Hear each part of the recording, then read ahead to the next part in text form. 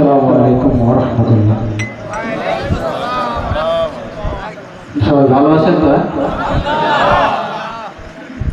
আসলে কুরমা বলার পরে পান্তা ভাত ভালো লাগে না, তারপরেও রাত বেশি হয়ে যাচ্ছে, আমরা ফজরের নামাজ আছে, ফজরের নামাজ যদি কাজা করি তাহলে আজকের এই ওয়াজটা সম্পূর্ণ মাটি হয়ে যাবে। আমরা সালাত নিয়ে কথা শুনলাম না, সালাদটা খুব ইম্পর্টেন্ট। আমাদের ডান পাশে কি আছে বলেন তো? আমাদের ডান পাশে গোরস্থান, সবাই স্বীকার করতেছেন তো? আউযু বিল্লাহি মিনাশ শাইতানির রাজিম। বিসমিল্লাহির রহমানির রহিম। ইকরা বিসমি রাব্বিকাল্লাযী খালাক ইলা আখির আয়া। ওয়া ক্বালা রাসূলুল্লাহি সাল্লাল্লাহু আলাইহি ওয়াসাল্লাম বাল্লিগু আন্নী ওয়ালাউ আয়া। সম্মানিত হাজিরিন, আমি আপনাদের সন্তান, আপনাদের ভাই, আপনাদের চাচা, ভাইকে যেটাই বলতে পারেন। আমার কাছ থেকে অনেক সময় অনেক কথা আপনারা শুনছেন, আমি আপনাদের বেশি কষ্ট দিব না। আমি কালামে হাকিম থেকে একটা আয়াত তেলাওয়াত করেছি। এই আয়াতটা সর্বপ্রথম আয়াত, জানেন তো আপনারা? সবাই জানেন? কথা বলছেন না কেন? জানেন, সবাই জানেন? ইকরা বিসমি রাব্বিকাল্লাযী খালাক। এখানে ম্যাক্সিমামই ইয়াং জেনারেশন আছে। আসলে আমাদেরকে পড়তে হবে, পড়ার বিকল্প নাই। পড়লে পারে অনেক কিছু জানা যাবে, মানা যাবে, সেই অনুযায়ী জীবন গঠন করা যাবে। আমি ছোট্ট একটা গল্প শেয়ার করবো আপনাদের সামনে। সেটা হচ্ছে উইলমা রুডলফের নাম শুনছেন কেউ? উইলমা রুডলফ কেউ শোনেন নাই? ফেসবুক এত দেখি আমরা, হায় কপাল, কপাল শেষ আমাদের। উইলমা রুডলফ একজন পোলিও আক্রান্ত মেয়ের নাম। কি বললাম? পোলিও বোঝেন তো? যার হাত পা লোলা, ন্যাংরা, প্রতিবন্ধী না। প্রতিবন্ধী একটা জিনিস, পোলিও আর একটা জিনিস। প্রতিবন্ধীরা কথা বলতে পারে, অনেক সময় বোকা টোকা হয়, আর হাত পাও লোলা ছিল। তো উনি ডাক্তাররা বলেই দিয়েছে এই মেয়েটা জীবনে কোনোদিন দাঁড়াতে পারবে না। ওনার পায়ের সাথে একটা ব্যান্ড বেঁধে দেওয়া হয়েছিল। কিন্তু ওনার মা ওনাকে, আমাদের হুজুর বলছেন যে তুমি আমাকে যদি একটা শিক্ষিত মা উপহার দাও, আমি তোমাকে শিক্ষিত জাতি উপহার দেব। সম্মানিত উপস্থিতি, আমি ইয়াং জেনারেশন এবং সবাইকে উদ্দেশ্য করে কথাটা বলতেছি। আমার কথা বোঝা যাচ্ছে? সাউন্ডে সমস্যা হচ্ছে? তো বিষয়টা হচ্ছে কি, ডাক্তার বলেই দিয়েছিল যে এই মেয়েটা জীবনে করে দাঁড়াতে পারবে না, কিন্তু ওর মা ওকে নার্সিং করে, বলে তুমি দাঁড়াও, তুমি সব পারবা, তুমি পারবে। আসলে আত্মবিশ্বাস, সঠিক সিদ্ধান্ত জীবনে বহুত দূর নিয়ে যেতে পারে, কিন্তু সেই সিদ্ধান্তের মধ্যে যদি ইসলামিক রুল থাকে, ইহকালেও শান্তি, পরকালেও মুক্তি। ইহকালেও শান্তি, পরকালেও মুক্তি। এই উইলমা রুডলফ 1960 সালে অলিম্পিক খেলায়, আপনারা জানেন, এই উইলমা রুডলফ 3টা স্বর্ণপদক পেয়েছিল। 3টা স্বর্ণপদক। কেন ইমেজিন, একটু চিন্তা করেন তো দেখি। একটা সঠিক সিদ্ধান্ত, আমি যুবক ভাইদেরকে, যুবক ভাইদেরকে বলবো, সিদ্ধান্ত নিতে হবে। হুজুর একটা সুন্দর পরামর্শ দিয়েছে, এই মোবাইলে আধা ঘন্টার বেশি সময় দিবা না তোমরা, আধা ঘন্টার বেশি সময় দিবা না, জীবন সাহিংসা হয়ে যাবে। তোমরা নেটে সার্চ দিয়ে এই উইলমা রুডলফের জীবন কাহিনী তোমরা পড়বা, শুনবা। পড়তে হবে, আমাদের পড়ালেখার বিকল্প কিছু নাই। আল্লাহ পাক এই জন্য কোরআনের প্রথম মেসেজ দিয়েছে কি তোমরা পড়ো, না পড়ে জানবা না। আর তোমার কাছে কোনো কিছু জানা থাকলে, একটা হাদিস জানা থাকলে সেটা প্রচার করো, এটা রাসূলের সুন্নাহ। আমরা একে অপরের সাথে শেয়ার করব এবং জানবো। এই উইলমা রুডলফ, আমি তো বলতেছি, যেদিন ওর মা বলল যে তুমি পারবে, ওই দিন ওর ব্যান্ড খুলে দেওয়া হলো, পার ব্যান্ড খুলে দিল, আস্তে আস্তে হাঁটা শুরু করলো। ও বললো যে আমি দৌড়ে অংশগ্রহণ করবো।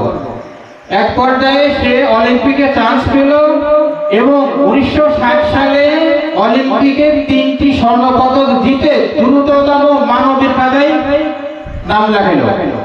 একটু চিন্তা করি তো, আমরা সিদ্ধান্ত নিতে পারবো ইনশাআল্লাহ। আমাদের সিদ্ধান্ত নেওয়ার সময় এসেছে, সঠিক সিদ্ধান্ত নিলে এই যে আজকের এই সুন্দর অনুষ্ঠানটা এই যুবকরাই করছে। এর জন্য আল্লাহর কাছে অনেক জাদা আছে। আল্লাহ পাকের রাসূলের একটা হাদিস আছে, আমরা কখন বুঝবো আল্লাহ আমাদের ভালোবাসতেছেন? যখন ভালো কাজ আমার দ্বারা হবে, ভালো কাজ আমার ভালো লাগবে, তখন বুঝতে পারবো যে আল্লাহ আমাকে ভালোবাসতে শুরু করেছে। আমি আশা করতেছি এই যুবকদের আল্লাহ ভালোবাসতে শুরু করেছে। আমি তোমাদেরকে আহ্বান করব, তোমরা ইসলামী জ্ঞানে জ্ঞানী হয়ে আমাদের এই বড়ইছড়া তথা আমাদের এই দেশ সারা বিশ্বে তোমরা আলোকিত করবে, এবং ইট ইজ পসিবল। একটা সেকেন্ড ইসলামিক গান আমি বিকেলে এসে শুনছি, আমার হৃদয় খুব নাড়া দিছে। অনেক সুন্দর কণ্ঠ, অনেক প্রতিভা আমাদের মধ্যে আছে। তোমরা পারবা, ইচ্ছা করলে পারবা। যে কোনো বিষয়ে যে কোনো সময় কোনো পরামর্শ সহযোগিতা থাকলে ইনশাআল্লাহ আমরা করব। আমি ব্যক্তিগতভাবে করব ইনশাআল্লাহ। সম্মানিত উপস্থিতি, আমরা সালাত নিয়ে অনেক গুরুত্বপূর্ণ ওয়াজ শুনেছি। আসলে আমাদের ব্যক্তি জীবনে সালাতের বিকল্প কিছু নাই।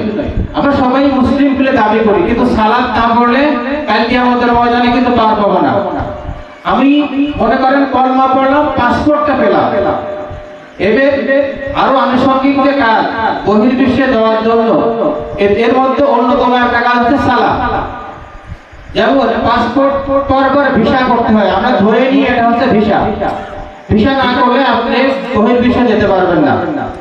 শুধু ঈমান আনলেই হবে না, এর আনুষঙ্গিক আরো কিছু কাজ করতে হবে। আর সর্বশেষে আমি কথা বাড়াবো না, কারণ গভীর রাত হয়ে গেছে। আমরা এই গ্রামেরই ছেলে, আমরা এই গ্রামে আমাদের বড় হওয়া, উঠে আসা, আমরা সবাই সুন্দর মনের অধিকারী হব। আমরা হৃদয় দিয়ে মানুষকে ভালোবাসবো, হাসি মুখে কথা বলবো। কাল কিয়ামতের ময়দানে সবচেয়ে দামি আমল হবে উত্তম চরিত্র। সবচেয়ে দামি আমল কি? উত্তম চরিত্র। আর একটা কথা বলি, শেষ করবো। যেহেতু এখানে আমাদের সবাইকে যেতে হবে, যেতে হবে না? আমাদের অবশ্যই যেতে হবে। আমাদের বাবা আদম আলাইহিস সালাম কোথায় ছিলেন? বলেন বলেন বলেন। জান্নাতে। ওটা কিন্তু আমাদের বাড়ি, আমার বাবার বাড়ি মানে আমার বাড়ি। কিন্তু কিছু শর্ত, ক্রাইটেরিয়া আল্লাহ দিয়েছে। সূরা মুমিনে এই ক্রাইটেরিয়া গুলো দেয়া আছে। 7টা গুণ অর্জন করতে হয়। এই 7টা গুণ অর্জন করলে আমাদের হারানো জান্নাত ফিরে পাবো ইনশাআল্লাহ। আমাদের ইমাম সাহেব, আমাদের সম্মানিত মেহমান কথাটা বলছে, যারা সালাতে বিনয় এবং নম্র, উলাইকা হুমুল ওয়ারিসুন। ওয়ারিস মানে কি? ওয়ারিস মানে কি? অংশীদার না? তারাই হলো সেই জান্নাতের অংশীদার। কারা? যারা সালাতে বিনয়ী। আমরা সালাতে যদি না পড়ি তাহলে তো এটা প্রশ্নই আসে না। আগে সালাত পড়তে হবে, তারপরে বিনয় তো অনেক পরের কথা। আমরা সালাত শুরু করব, যে কোনো মূল্যে যে কোনো পরিস্থিতিতে সালাত কাজা করব না। আমি অনেক পাপ করতেছি, পাপের উৎসাহ আমি দিচ্ছি না আপনাদের, করি না কেন? করি, কিন্তু সালাত ছাড়বো না। একদিন এই সালাত আমাকে ফিরিয়ে নিয়ে আসবে। আমাদের একটা ইয়াং ছেলে আমাকে বলতেছে, সে অনেক রকম করে যে নামাজ পড়ার পরে কেন যেন মনে হচ্ছে যে আমি এখন নামাজ পড়ি, এই কাজ থেকে বিরত হওয়া দরকার। এ দেখেন ভিতরে কিন্তু দাঁড়া দিচ্ছে। সালাত এমন একটা জিনিস, হুজুর বলছে আর কামতে 45 নম্বর মাদের অংশে আছে, ইন্না সালাতা তানহা আনিল ফাহশাই ওয়াল মুনকার। সালাত যদি সালাতের মতো হয়, অবশ্যই ফেসবুকের অশ্লীল কাজ থেকে তোমাকে ফেরাবে, অবশ্যই চায়ের আড্ডা থেকে তোমাকে ফিরাবে। আই ক্যান চ্যালেঞ্জ, আমি চ্যালেঞ্জ দিয়ে গেলাম। আল্লাহ চ্যালেঞ্জ আছে, আমি তার সাথে চ্যালেঞ্জ, ব্যক্তিগত জীবন দিয়ে আমি চ্যালেঞ্জ দিয়ে গেলাম। ফিরাবে ইনশাআল্লাহ। সালাতের মতো সালাত হতে হবে। আমরা পারবো তো ইনশাআল্লাহ। আমরা আজকে এই বড়ইছড়া ইসলামী যুব সমাজের উদ্যোগে আজকের প্রথম বার্ষিক ওয়াজ মাহফিল হলো। মেহমানকে বসার কথা বলা বেয়াদবি, সবাই ক্ষমা করে দেবে। তো আমরা এই কাজটা অবশ্যই করব। আর এই ধারাবাহিক তাফসীর মাহফিলটাকে আমরা মানে আমাদের জীবন দিয়ে, অর্থ দিয়ে, টাকা দিয়ে আমরা চালাতে পারবো না ইনশাআল্লাহ। আমরা প্রত্যেক বছর এরকম মাহফিল চাই কিনা? আমি ইয়াংদেরকে বলবো, তোমরা যারা এটা করেছো আমার সাপোর্ট ইনশাআল্লাহ পাবা। আমি যতদিন বেঁচে আছি ততদিন পাবা, এবং করবো ইনশাআল্লাহ। আমার সভাপতি ঘোষণা তোমার করার দরকার নেই, আমি সভাপতিত্ব চাই না। আল্লাহে আমি আপনার কসম দেবো যে আমার ইচ্ছা নাই এখানে সভাপতিত্ব করা, কারণ আমি অনেক ছোট মানুষ আপনাদের মধ্যে। আমার টাকা আছে, আরো আছে, বড় ভাইরা আছে, এটা সভাপতিত্ব করবে। ওকে, আমার তোমার নাম দেওয়া দরকার নাই, নাম দিবাও না, এরপর থেকে আমার অনুরোধ থাকলো আমার নাম দিবা না তোমরা। আমি তোমাদের পাশে থাকবো ইনশাআল্লাহ, আমার নামের দরকার নাই, আমি তোমাদের পাশে থাকবো ইনশাআল্লাহ। আল্লাহ আমাদের সবাইকে কবুল করুন। সম্মানিত হাজিরিন, আমরা হারানোর ফিরে পেতে চাইছি। আমি একটা গুণ আমাদেরকে অর্জন করার জন্য আমি কোর ধরে রিকোয়েস্ট করতেছি আপনাদের, একটা গুণ দেখেন তো পারি কিনা। অনর্থক কাজ থেকে বিরত থাকতে হবে, বিনয়ী সালাত করতে হবে। এর দ্বিতীয় গুণ হচ্ছে অনর্থক কাজ থেকে বিরত থাকতে হবে। অনর্থক কাজ কি? এই হোদাই মোবাইল টিপা অনর্থক কাজ। আমাদের 5-6 ঘন্টা চলে যায় পিছনে। একটু পড়ো তোমরা, একটু পড়ো, এর মধ্যেও পড়া আছে, একটু পড়ি। আমরা পড়তে পারবো না? আমরা পারবো তো ভাই? পারবা তো? ইনশাআল্লাহ পারবো। আর কি এই অনর্থক কাজ কি? আমি অযথা একজনের সাথে মানে ফাউল কথা বলতেছি, চায়ের দোকানে বসে আড্ডা দিচ্ছি। এই যে এখানে যতগুলো মানুষ আছে না, আমার মনে হয় ছড়ে মরে সন্ধ্যার পরে এর থেকে বেশি লোক হয়। মানে আমাদের এর থেকে বিরত থাকতে হবে। আমরা যদি জান্নাতে যেতে চাই, কবরে তো আমাদের আসতে হবে। এর মধ্যে কোনো ভুল আছে নাকি বলেন তো দেখি প্লিজ। আমি আপনাদেরকে কড়া জোরে বলছি, এই অনর্থক কাজ থেকে বিরত রাখবো। আর একটা গুণ অর্জন করতে পারি কিনা দেখেন তো, আমিও চেষ্টা করবো ইনশাআল্লাহ। এই একটা গুণ অর্জন করতে পারলে বিনা হিসাবে জান্নাত পাবে। বলবো ওটা বলবো, খালি শুনবেন না মানবেন? চেষ্টা করবো তো ইনশাআল্লাহ। ইনশাআল্লাহ ধৈর্য ধারণ করবো, ধৈর্য ধারণ। এই ধৈর্য ধারণ যদি করতে পারি, আল্লাহ পাক আমাদের ওয়াদা দিচ্ছে বিনা হিসাবে ইনশাআল্লাহ জান্নাত দেবে।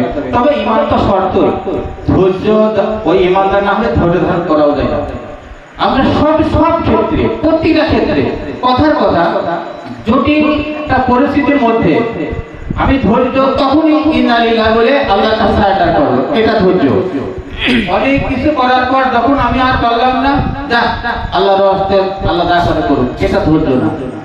অর্থাৎ ফার্স্টলি প্রথম ওয়ার্ডই হবে ইন্না লিল্লাহ, সবই তো আল্লাহর জন্য। আমিও একসময় আল্লাহর কাছে ফিরে যাব, আমরা ধৈর্য ধারণ করবো তো ইনশাআল্লাহ। এই ধৈর্য ধারণ যদি আমরা করতে পারি, কাল কিয়ামতের ময়দানে আল্লাহ আমাদের সবাইকে ইনশাআল্লাহ বিনা হিসাবে জান্নাতে দেবে। আল্লাহ আমাদেরকে এই ধৈর্য গুণটা যেন অর্জন করার তৌফিক দান করুন, আমি সহ আল্লাহ আমাদের সবাইকে তৌফিক দান করুন। আসলে আরেকটা কথা না বললে না, পর্দার আল্লাহর মা বোনরা রয়েছে, আমাদের ইনহাদুল আপনাদের উদ্দেশ্যে 4টে শর্ত ধরে দিয়েছে। 4টে শর্ত আমরা ওয়াজ শুনতে শুনতে শুনতে শুনতে আমাদের কান ধরা বলা, সে 4টা গুণ আমরা সবাই জানি। কি কি? নামাজ পড়া, রোজা করা, পর্দা করা, স্বামীর খেদমত করা। আসলে স্বামীর খেদমতটা কি? এই স্বামীর খেদমতটাকে মা বোনরা হুদাই কাজ মনে করে। আমি কথাটা হয়তো খারাপ ভাষা হয়ে গেল, কারণ এই কাজটাকে তারা সব করে, মানে পায়ের ঘাম মাথার ঘাম সব বিসর্জন দেয়, কিন্তু এই হাজবেন্ডকে একটু সময় দেওয়া, মানে পার্সোনালি সময় দেওয়া, খেদমত করা, এরা মনে করে এটা বাহুল্য কাজ। আমি আপনাদেরকে পরদরে রিকোয়েস্ট করবো, আমি আপনাদের গ্রামের সন্তান, আপনাদের সন্তান, আপনার যারা হাজবেন্ড আছে তাদেরকে শরিয়া সম্মতভাবে অবশ্যই সময় দেবে। আল্লাহ জান্নাত আপনার জন্য অপেক্ষা করতেছে। মা বোনরা আমার এই কথাগুলো নিশ্চয়ই শুনতে পেরেছেন। মা বোনদেরকে আমি রিকোয়েস্ট করবো,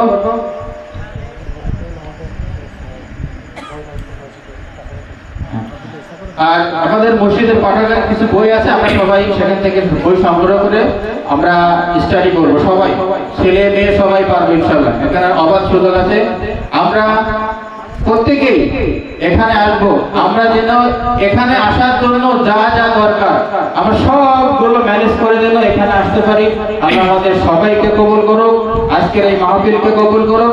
পাশাপাশি এই মাহফিলকে যারা সময় দিলেন, আসলেন, অংশগ্রহণ করলেন, সবাইকে ধন্যবাদ জানিয়ে সবাইকে আল্লাহ উত্তম দান করুক। আমাদের সম্মানিত মেহমান সাদি সাহেব, উনি অনেক দূর থেকে এসে আমাদের মাঝে অনেক মূল্যবান কথা বলছেন।